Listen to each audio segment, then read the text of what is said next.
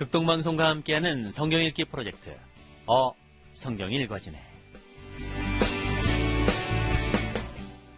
이 시간 생터 성경사역원 성경이 읽어지네 전문 강사이신 함안 우리교회 배명옥 사모와 함께합니다. 성경이 읽어지네 주님 나라 임하네. 안녕하세요. 지난 시간에는 선악과 사건 이후 인류 역사는 두 계열, 두 왕사로 나뉘어졌습니다. 가인과 같이 힘있는 자가 다스리는 공동체 가인 계열과 하나님이 다스리시는 공동체 셋 계열이었어요. 하나님의 왕권을 거부한 가인 계열의 공동체는 메소포타미아 문명을 이뤄가며 역사는 시작되지만 그들의 사회 원리는 폭력이었어요. 힘있는 자가 왕권을 가지고 힘으로 폭력으로 다스리는 사회였어요. 그리고 이들의 종교와 사상이 그리고 세계관이 무엇인지도 공부했죠. 그렇게 가인 공동체가 하나님을 거부하고 세상 문화를 만들어갈 때 셋 계열도 하나님의 공동체로서 예배 공동체로 하나님을 인정하며 선명하게 구별되어 하나님 나라 문화를 고수합니다. 그런데 우리는 여기서 해야 할 질문이 있는데요. 바로 셋 계열 사람들은 누구며 무엇을 해야 하는 사람들인가입니다. 즉, 셋 계열의 정체성과 사명에 대해 질문하고 생각을 해봐야 합니다. 왜냐하면 이 질문은 앞으로 5장이나 할애해가며 창세기 6장에서 10장까지죠. 기록한 이 노아 홍수를 해석하는 열쇠일 뿐 아니라 성경 전체를 이끌고 가는 엔진이기 때문이랍니다. 하나님은 두 덩어리의 역사를 왜 그냥 두시는가? 하나님을 거부한 가인 계열을 왜 그냥 두시나? 궁금하지 않으신가요? 그런데 하나님은 개의치 않으세요. 가인 계열을 그냥 두십니다. 왜 그럴까요?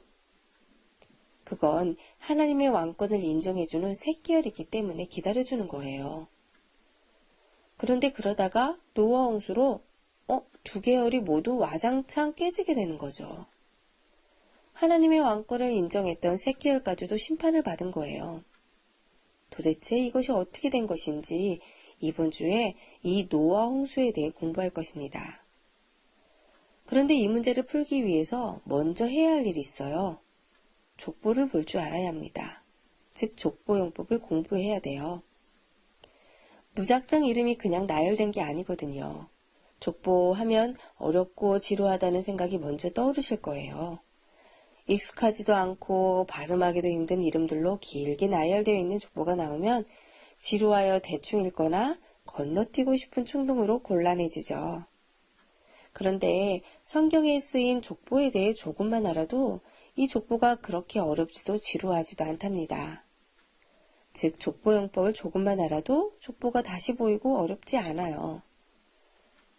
그러니까 족보는 역사를 가장 짧게 함축해서 역사를 기록한 방법입니다.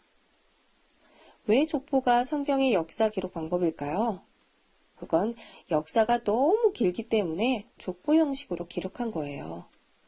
그러니까 족보는 단순히 이름이 아니라 실제 역사를 말해주는 것이랍니다.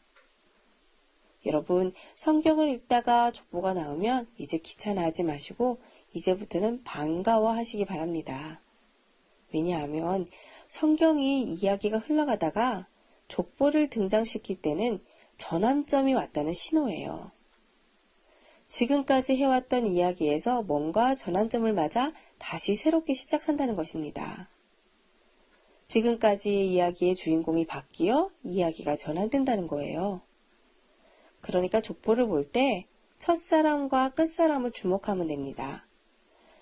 족보에 등장하는 첫사람은 그 사람 앞에까지 있었던 이야기를 총정리하는 사람이에요. 즉, 지금까지의 이야기는 그 첫사람이 주인공이 되어서 흘러왔다는 뜻이에요. 이해되시죠? 그리고 그 첫사람 이후 다른 이름들이 많이 나옵니다.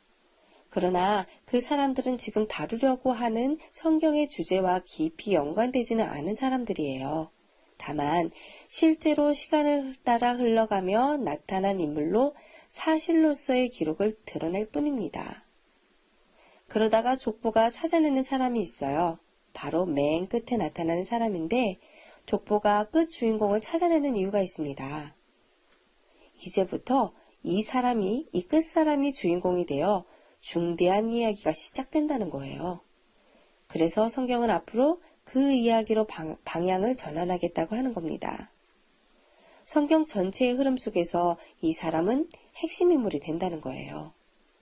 그러므로 족보 맨 뒤에 나타나는 인물은 그 이후 역사의 주인공인 겁니다. 여러분, 성경이 얼마나 주도면밀한 구도를 갖고 기록하고 있는지를 보여주는 신뢰가 바로 족보예요. 이 족보를 귀하게 볼 줄 아는 안목이 있어야 한답니다. 자, 그럼 이제 정말 족보가 지금까지 설명드린 대로 쓰여 있는지 확인해야겠죠? 창세기 4장 16절에서 24절까지 가인 공동체에 대해 자세히 설명하시고 그 뒤 25절에 셋이 등장하죠. 가인의 족보 뒤에 바로 셋의 출현은 하나님의 의지를 보여주는 거였어요. 이렇게 셋과 그 후손들, 즉 셋 계열은 예배 공동체로 가인 계열과 선명히 구별되어 흘러가는데 그들의 구체적인 정보가 바로 창세기 5장의 아담의 족보인 거죠. 자, 이 5장의 아담의 족보는 단순한 정보가 아니라 실제 역사임을 말해주는 것임을 우리가 알고 한번 이 5장을 살펴보겠습니다.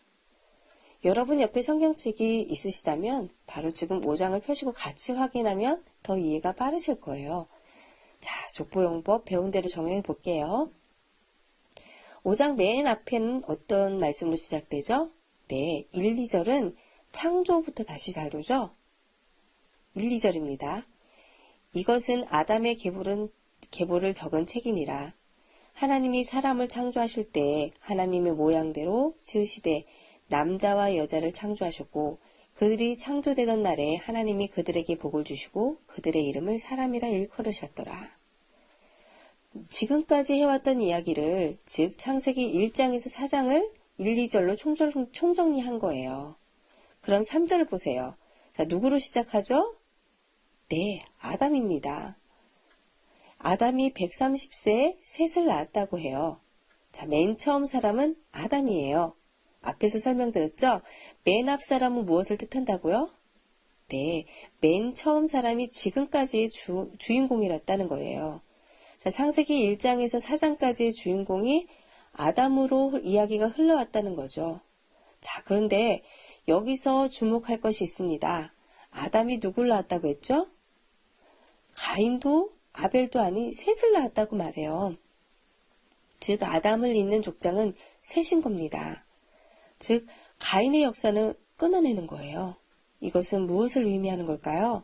바로 성경이 인정하는 역사 왕사는 셋 계열이라는 겁니다. 가인 계열은 아니라는 거예요. 자, 이렇게 첫사람 아담이 나오고 그 다음 많은 사람들이 나와요. 자, 6절에 셋이 에노스를 낳고 9절 에노스는 게난을 낳고 게난은 마할랄레를 낳고 이런 식으로 28절까지 갑니다. 이 많은 사람들의 이름은 사실 기록으로 역사를 말해주는 것으로 성경 주제와 지금부터 다룰 주제와 깊은 연관이 되지 않은 사람들이라 했어요. 그러다가 맨 끝사람 누구를 찾아내죠? 네, 노아입니다. 창세기 5장이 찾아내는 끝사람은 노아인 거예요. 끝사람이 무엇을 의미한다고 했습니까? 이제부터 노아가 주인공이 되어 흐른다는 거죠. 역사가 흘러간다는 거예요. 그러더니 정말 노아 홍수 이야기가 나와요. 무려 창세기 6장에서 9절까지 길게 나옵니다. 그렇게 9장까지 노아 홍수 이야기고 10장에 노아의 족보가 나와요. 10장의 노아의 족보도 마찬가지입니다. 노아의 족보의 첫사람이 노아입니다. 지금까지 노아가 주인공이었죠? 그리고 그 후손들이 샘을 타고 흘러가요. 이들은 크게 중요하지 않고 사실로서의 역사임을 말해준다 했어요.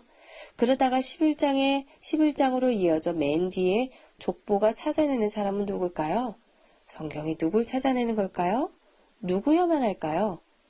바로 12장에 등장할 아브라함입니다. 데라를 거쳐 아브라함이 마지막 사람이에요. 족보 어렵지 않죠?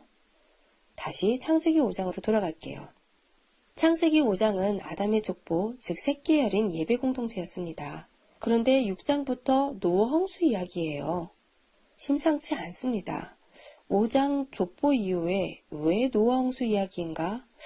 왜 이 셋 계열이 망하는 것일까요? 내일 이어집니다.